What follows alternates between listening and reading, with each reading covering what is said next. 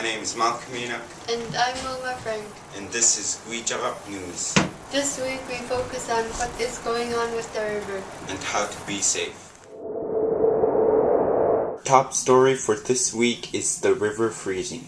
The river and how it can be dangerous when it freezes.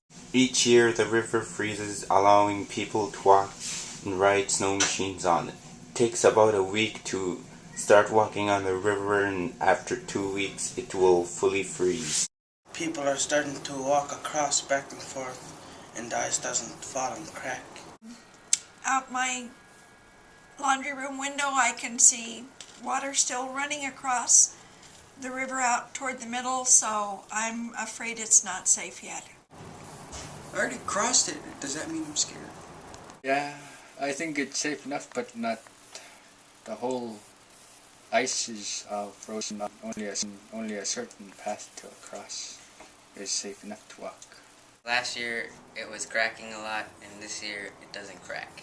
If I had to go to the airport for something and go to Bethel, I still wouldn't cross it because I think it's not safe. Crossing the river definitely is scary. I think just the idea of crossing over something that was pretty, it was moving quickly. The waves a week ago were pretty nuts. So now the fact that you're walking over that is kind of unnerving.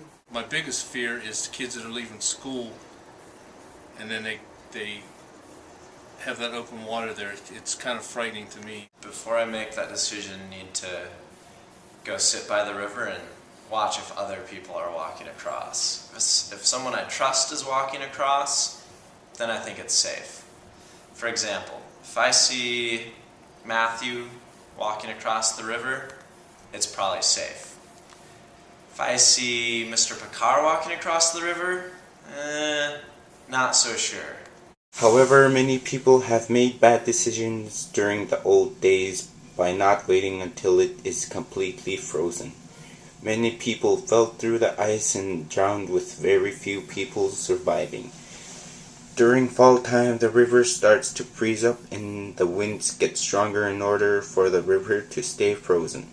During this time of the year, the police and elders talk to us on what we should do or shouldn't do when the river freezes up. Many safety precautions are included, such as carrying a stick to check how thick the ice is and making trails so people will know which way to go, and we have to be extremely cautious when we cross the river.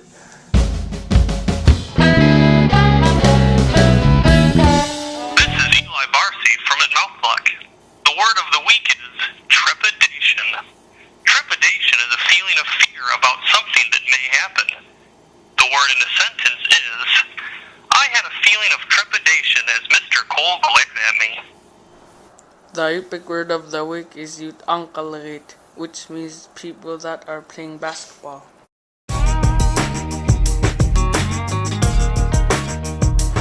If you could go anywhere in the world, where would you go? Florida. How come Florida? To watch Miami play. I want to go England. How come? It's fun. Hawaii? How come Hawaii? Because I want to see how it looks. Florida. How come? Swim. Lower 48. Where lower 48? Maybe LA. How come LA? It's big. Hawaii. How come Hawaii? Because it's fun. My house. How come? Because it's getting cold actually. Disneyland. How come Disneyland? Because it's fun. Shoes and clothes. What's up with shoes and clothes nowadays? I'll tell you what's up with them. They are more fly than ever before. In the late 90s, some people dressed poorly. Poorly dressers wore loose clothing, bad shoes, they were worn out, and the style looked like trash. They wore colorful clothes and dressed however they liked to. It was the Great Depression for fashion. Kids nowadays wear skinny jeans, shirts, and sweaters. High tops and the logos are nice shoes. I'm a Nike man myself, And my reason for that is they're comfortable, they look really nice, and they usually have some good colors, like my bright blue ones that I rock here.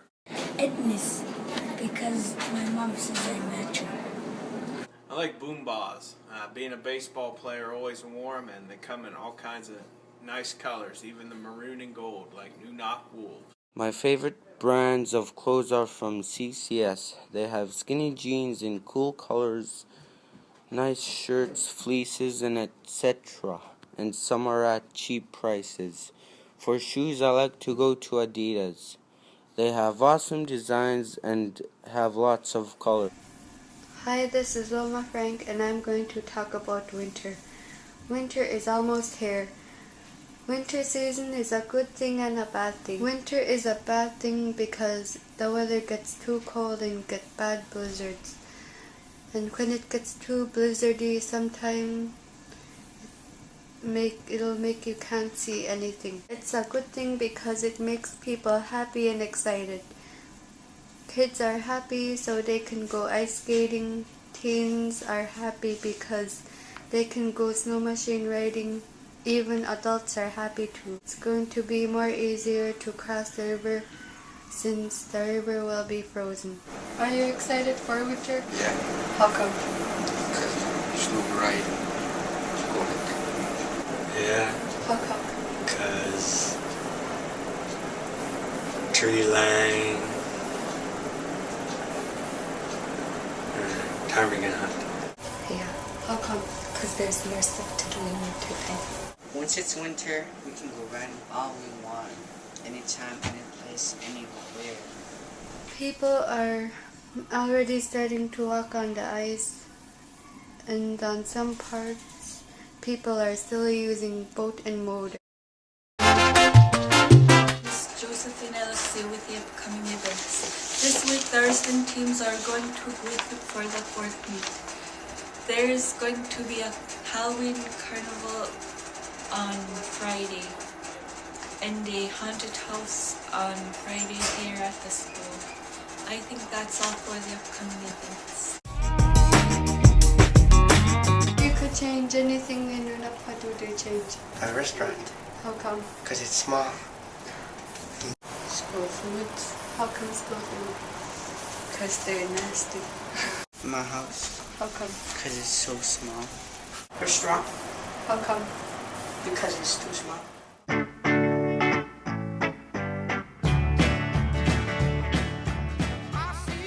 Welcome to the Getting to Know Nunap portion of the show. Each week, we focus on a different aspect of the village and explain why it is a major part of life in Nunap. This week, we focus on the tundra. Weather and the climate play a very big role in the day-to-day lives of people in the village, and the ground here in the village is no exception.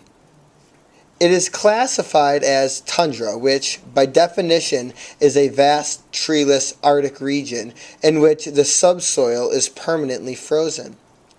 At the end of spring, throughout the summer, and at the start of fall, the weather is traditionally warmer and causes the tundra to take on sponge-like qualities, storing water within the ground and making entry without good mud boots illogical. When temperatures drop, the water within the tundra feels extremely hard, creating a much easier surface to walk on and go over on snow machines.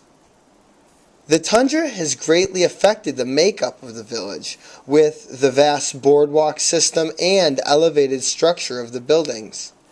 The tundra can produce some vegetation and does provide blue, crow, crayon, salmon, black, and red berries when not frozen.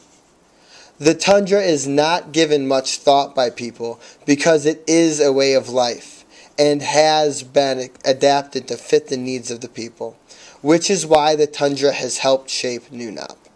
That is all for episode 6. We are glad you tuned in on our 6th episode, and keep a lookout for episode coming soon. Goodbye from Nunap.